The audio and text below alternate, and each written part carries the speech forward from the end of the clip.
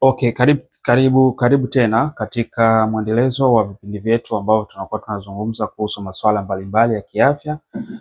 Hasa tunazungumza upande wanawake na wanaume, lakini pia hatujawasahau watoto. Kuna watoto wanapitia changamoto nyingi kama kukosa hamu ya kula, wengine wanakuwa wana IQ ndogo, wengine wanakuwa wazembe, wengine wanakuwa wavivu, wengine wanakuwa hawako smart sana. Wengine kuna mbinu ambazo tunakuwa tunazitumia kwa ajili ya kurekebisha changamoto za watoto.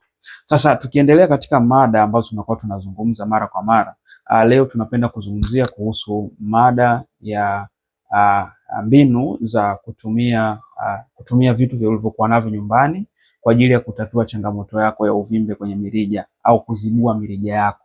Tuzungumzie kuhusu kuzibua mirija leo, siku ya leo. Tunazibuaje mirija na tunafanya kitu gani na inakuwaje?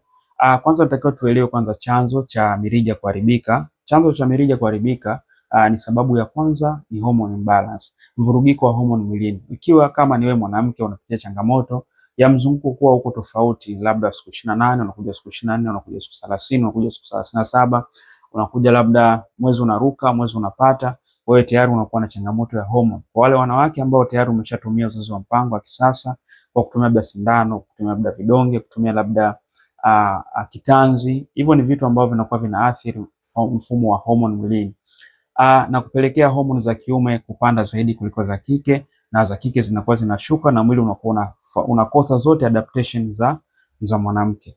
Kwa hiyo unapoingia katika wimbi la hormone imbalance, na pia wanawake wengine wanaingia kwenye changamoto ya uchafu ukeni, ambayo inaweza kuwa ni rangi ya mtindi au maziwa, au wakati mwingine inaweza kuwa rangi ya kijani, au inaweza kuwa rangi ya njano, au inaweza kuwa brown. Hizo ni rangi ambazo wanawake wanakuwa wanapata. Kwa ule uchafu unavyozidi kukaa tumboni, unavyozidi kukaa mwilini, na kupelekea mirija kuanza kuharibika na mirija kuanza kuziba.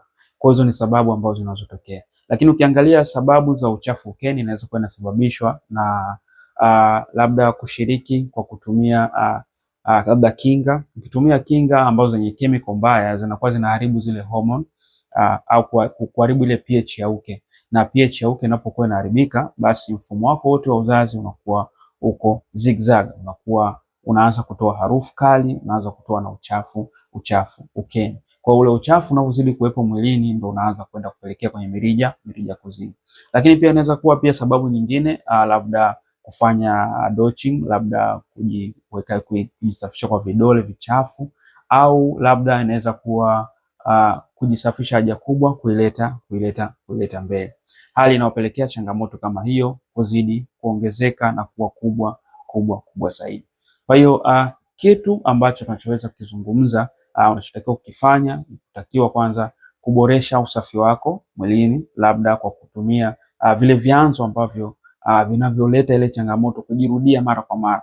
Unatakiwa uikwepe hiyo changamoto. Mfano labda kushiriki na wapenzi wengi, labda leo uko na mpenzi huyu, kesho uko na mpenzi huyu, kesho uko na mpenzi huyu, unakuwa unajiingiza katika hatari ya uchafu ukeni. Lakini pia unaenda pia ukawa unashiriki labda na mtu au unashiriki kutumia mate. Wanawake wengi wanashiriki kutumia mate au wanashiriki kupitia midomo yao, kwa hiyo ule uchafu na pH inakuwa inaharibika, au kujitawaza kuleta haja kubwa kuileta mbele na kupelekea kile kiwango cha bakteria ambacho kilikuwepo nyuma kinakuja mbele na kupelekea kuharibu pH ya uke na mtu kuingia katika changamoto kubwa sana. Lakini pia kuna namna ambayo unaweza ukazuia ule uchafu na ukaukata kabisa usiishi.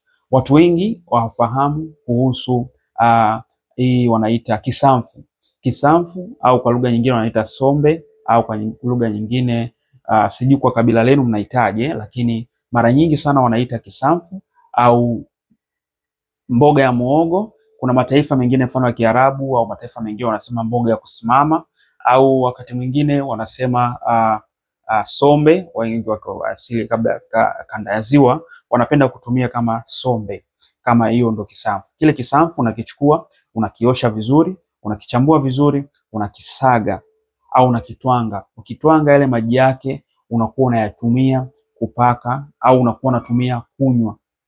Vizuri zaidi uko kama una miwasho, unachukua yale maji yake kidogo kwenye nguo hivi au kwenye kitambaa, unakamua yale maji yake na unakuwa unapaka sehemu zote zinazowasha, na ule umuwasho wote unakuwa unaondoka. Lakini pia kwa wale watu ambao wanapata uchafu, basi wanaweza wakachukua ile kisamfu, ile maji yake wakakamua vizuri. Baada ya kukamua, na unakuwa unakunywa labda glasi moja asubuhi, glasi moja jioni. Ukifanya hivyo kwa mwendelezo labda wa wiki moja, wiki mbili, kulingana na muda wa tatizo lako lina muda gani, basi hiyo changamoto yako inakuwa imeisha kabisa. Au unachukua ile sombe au kile kisamfu, ukishakichukua unakitwanga vizuri, unakipika jikoni kwa muda mfupi, labda ile maji ya kwanza kabla ya kuisha, unakuwa unakunywa kile kikombe kimoja. Kikombe kimoja unakunywa labda asubuhi, kikombe kimoja jioni. Hiyo inapelekea kukata kabisa hiyo changamoto ya uchafu ukeni au rangi ya mtindi au rangi ya maziwa. Kwa hiyo hivyo ni vitu ambavyo tunakuwa tunakuelekeza, vitu ambavyo unaweza ukavifanya nyumbani.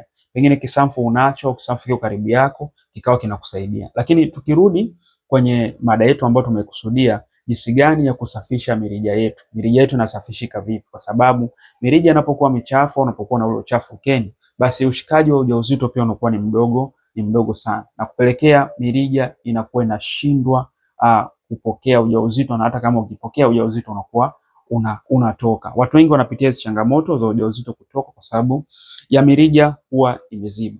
Lakini pia kitu kingine mahitaji yako unayotakiwa kuwa nayo, unatakiwa uwe na manjano labda kipande kimoja tu kidogo, uwe na tangawizi kipande kibichi kimoja, lakini pia uwe na malimao labda mawili au matatu, usizidi hapo. Alafu unachukua yale unasaga tangawizi, unasaga na manjano, unaisaga pamoja. Ukishaisaga pamoja, unaweka kwenye sufuria na kikombe kimoja cha chai. Ukishaweka kikombe kimoja cha chai, unapika. Wakati unapika pale, unaweza ukakamulia ndimu, au kama ndimu yako ni safi, au limau, kaikata vizuri, weka vile vipande kwenye sufuria. Ukishaweka kwenye sufuria, halafu utaacha ichemke kwa labda for 10 minutes. Baada ya dakika 10 unakuwa unachukua na unakunywa. Hiyo itakusaidia. Tumia hivyo kwa asubuhi na jioni. Kama mtu ana changamoto ya mirija, basi hiyo itakusaidia kusafisha mirija yako, lakini pia kukupa nafasi ya kuwa mama tena.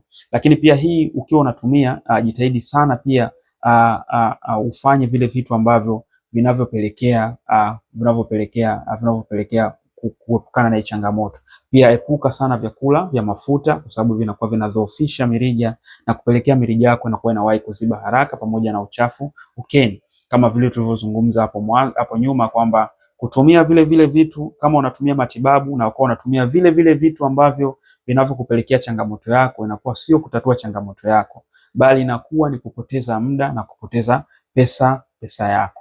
Kwa hiyo kitu unachotakiwa ni kuepukana na vile vitu vyote ambavyo vinavyopelekea changamoto yako kujirudia. Lakini pia kitu ambacho kinachotakiwa ni kufuata mwongozo wa dozi. Kama hujaelewa, unaweza ukaniambia hapo chini, mimi sijaelewa, naomba unielekeze vizuri.